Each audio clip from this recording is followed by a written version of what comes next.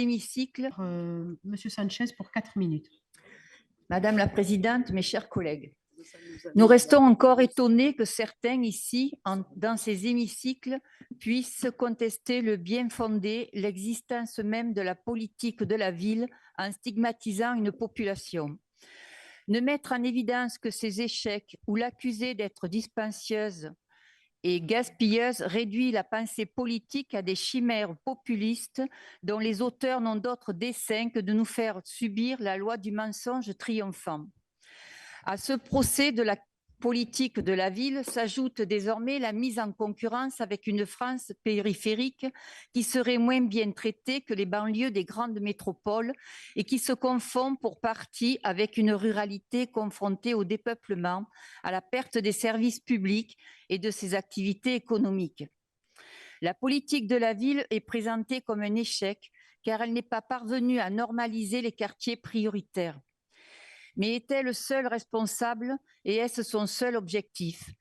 Cet échec supposé nourrit sa délégitimation pour faire place à d'autres demandes politiques au profit, je viens de le souligner, de la France périphérique et de la ruralité qu'on oppose aux banlieues des grandes métropoles.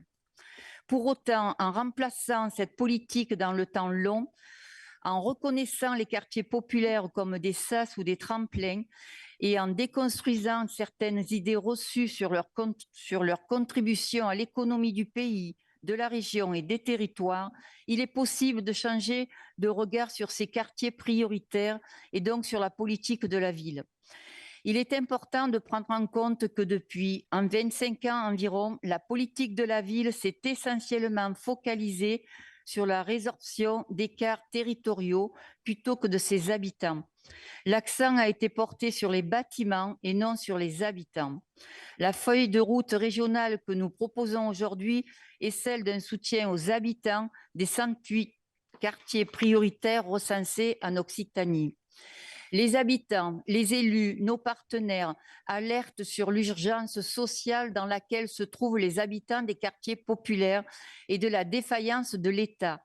Aux légitimes revendications exprimées, nous répondons par des mesures concrètes. Ces mesures poursuivent un objectif, celui d'affirmer la promesse républicaine au cœur de nos villes. Nos engagements, nos choix politiques sont encore ici renforcés. La lutte contre les déterminismes sociaux, raciaux, territoriaux est un marqueur de notre politique régionale. Nous ne nous résignons pas à subir les crises sociales et c'est pourquoi je suis particulièrement fière d'être de ceux et de celles qui, aux côtés de ceux qui souffrent, de ceux qui se sentent exclus, de ceux qui se sentent stigmatisés, ils sont victimes d'inégalités de toutes sortes.